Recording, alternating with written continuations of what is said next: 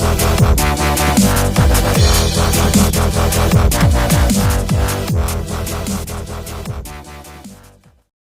guys, my name is Siti Sholihatun Nikmah. At this time, I will discuss about case study 20 is acting without prior consent due to an unforeseen medical problems. I will read this case, okay? Check it out. Case study 20. Acting without prior consent due to an unforeseen medical problem. When Mr. M, a 52 years old male, was referred to Dr. C, he was in very serious state. His symptoms include fever, headache, trachea, sinus infection, and general septic poisoning. Urinalysis indicated his urine was badly infected. He had stones in his bladder and a large stone in his kidney. Dr. C operated on Mr. M in May, draining his bladder and removing the bladder stones. The patient was subsequently treated with injection and his bladder condition improved. He continued to experience severe pain on his left side and had also developed a hernia. A second operation was performed to alleviate the patient's overall physical condition. Several months after the second operation, Mr. M gave his consent to have surgery to repair his hernia. A day or two after the operation, Mr. M was informed by Dr. C that his testicle had also been removed during the surgery due to potential problem it might have caused.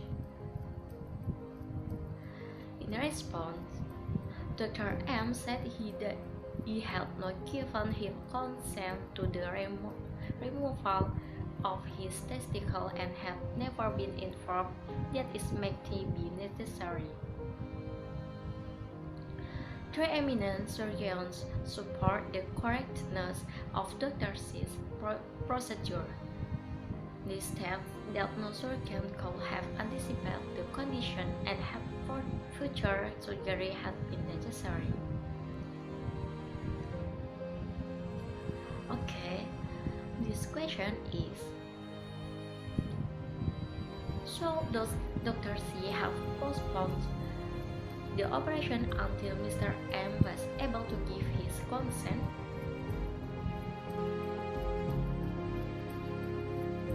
Yes. Why? Okay.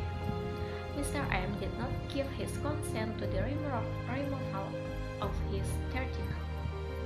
Under this circumstance, a testicle can be surgically removed only if the procedure is considered an emergency or life-saving procedure.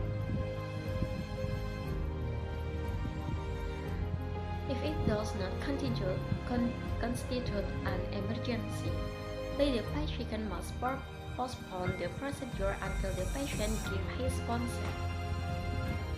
In this case, however, it must be assumed that the condition of the patient's testicle was not considered to be so serious as to immediately endanger the patient's life or health,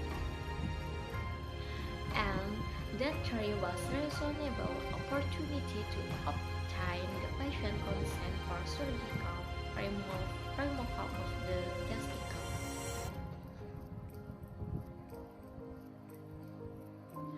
A person's body must be held inviolate and immune from infection by a surgeon knife if an operation has not been consented to. Such surgery can only be performed with the patient's consent. If performed without such consent, it is technically an assault. Every human being of adult years and sound mind has the right to determine what shall be done with his own body.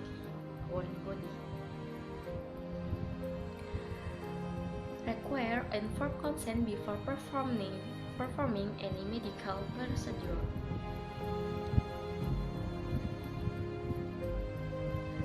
which was unknown in advance and for which we would need to conduct a different procedure, for which the patient had not given his informed consent.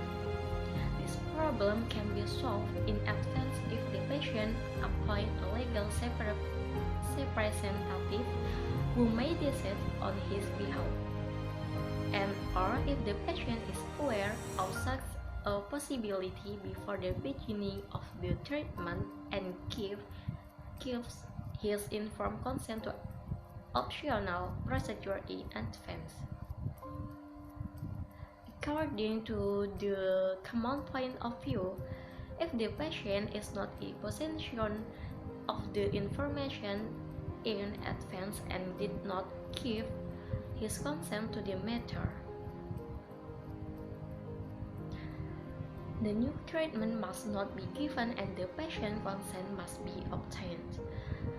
However, another approach claims that if the person authorized to grant informed consent on behalf of the patient is a parent or partner, or especially spouse, then there is no need to stop the procedure. This view is acceptable in societies where the family plays a great role in the individual's life. It should be stressed that if there is a real and immediate danger to the patient's life, or if the new treatment is not given, then such treatment is permitted. So the point is that Dr. C should have told Mr. M first. If not, it could be represented by the family so that they could agree to the removal of the testicle or not, so that if they were approved for the operation, they could run smoothly without being wounded, because Mr. M said that he had not given his consent for the removal of his testicles and was never told that it might be necessary. This is my opinion, and thank you for watching me.